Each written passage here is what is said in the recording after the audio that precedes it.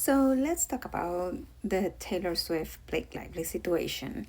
Um, I was a Swiftie.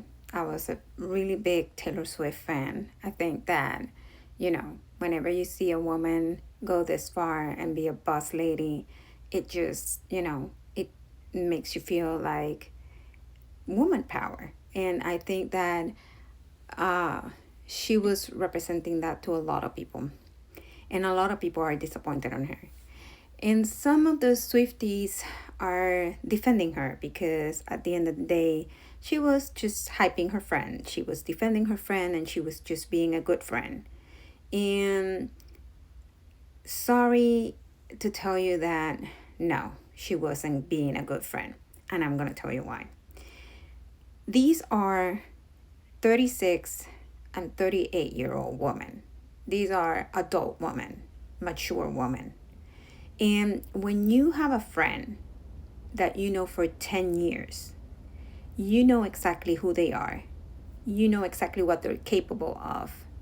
And you know exactly how they're going to act. So if Taylor Swift and Blake Lively were so close and they were like family because the godmother of her children, so yes, they were like family. If it was so close, why didn't she know what she was trying to do?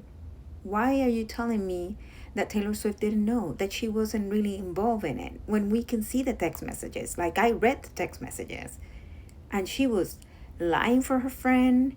She was just helping her steal this movie, and she was trash talking Justin Baldoni without knowing him.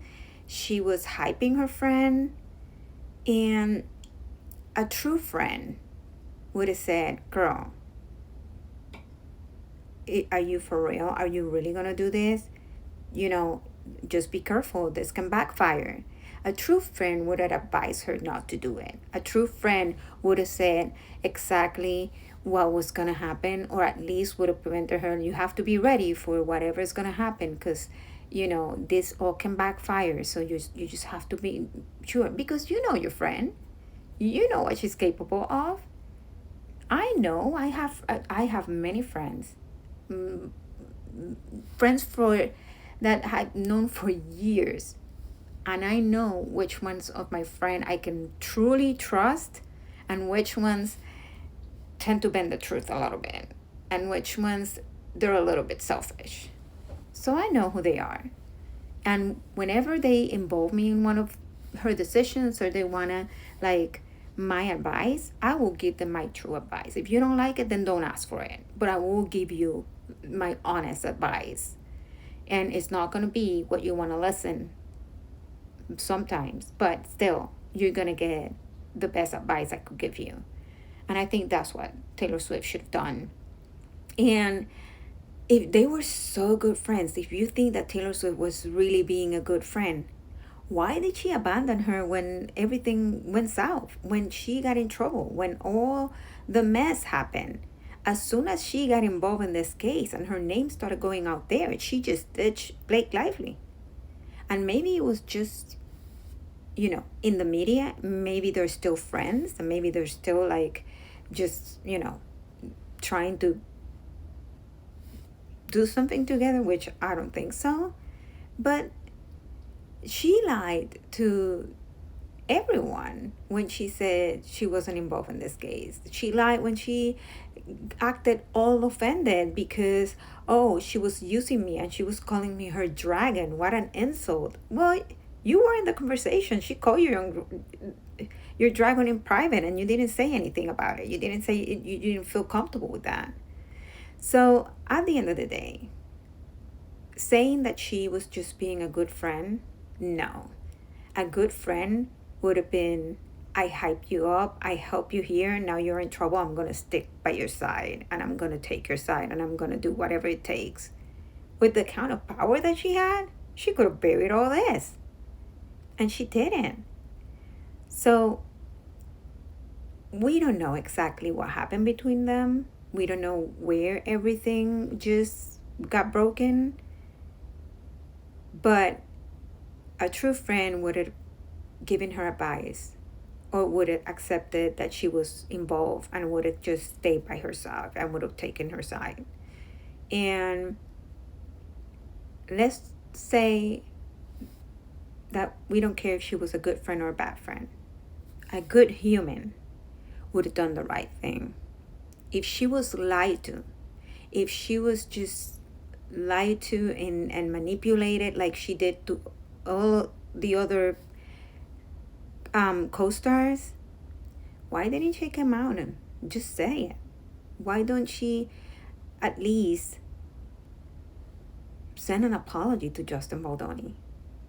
A woman that it's all about feminism, and a woman that it's all about believing victims and supporting sexual abuse victims. And she made fun of a man because he was sexually abused. There's no excuse for that. Like, she called him a little bitch just because he was sexually abused.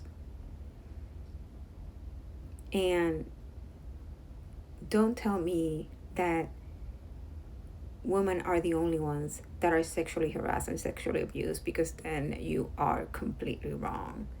It goes both ways. Both genders can be sexually abused and sexually assaulted.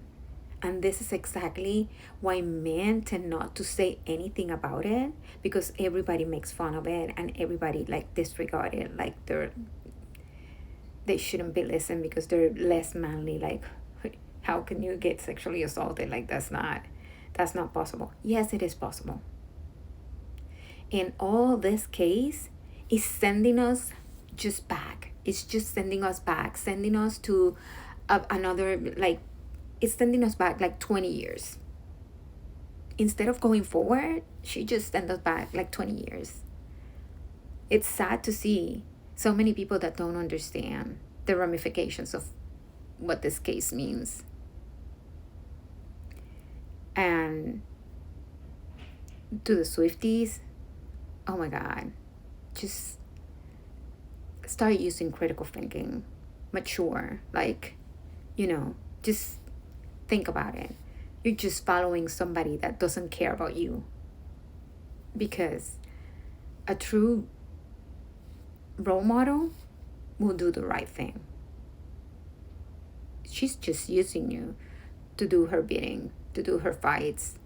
While she's just quiet, you're here defending her. Where is she? Where is she? Why don't she talk? She's using the Swifties to talk for her. So she's not a good role model, and she's not a good friend. Sorry.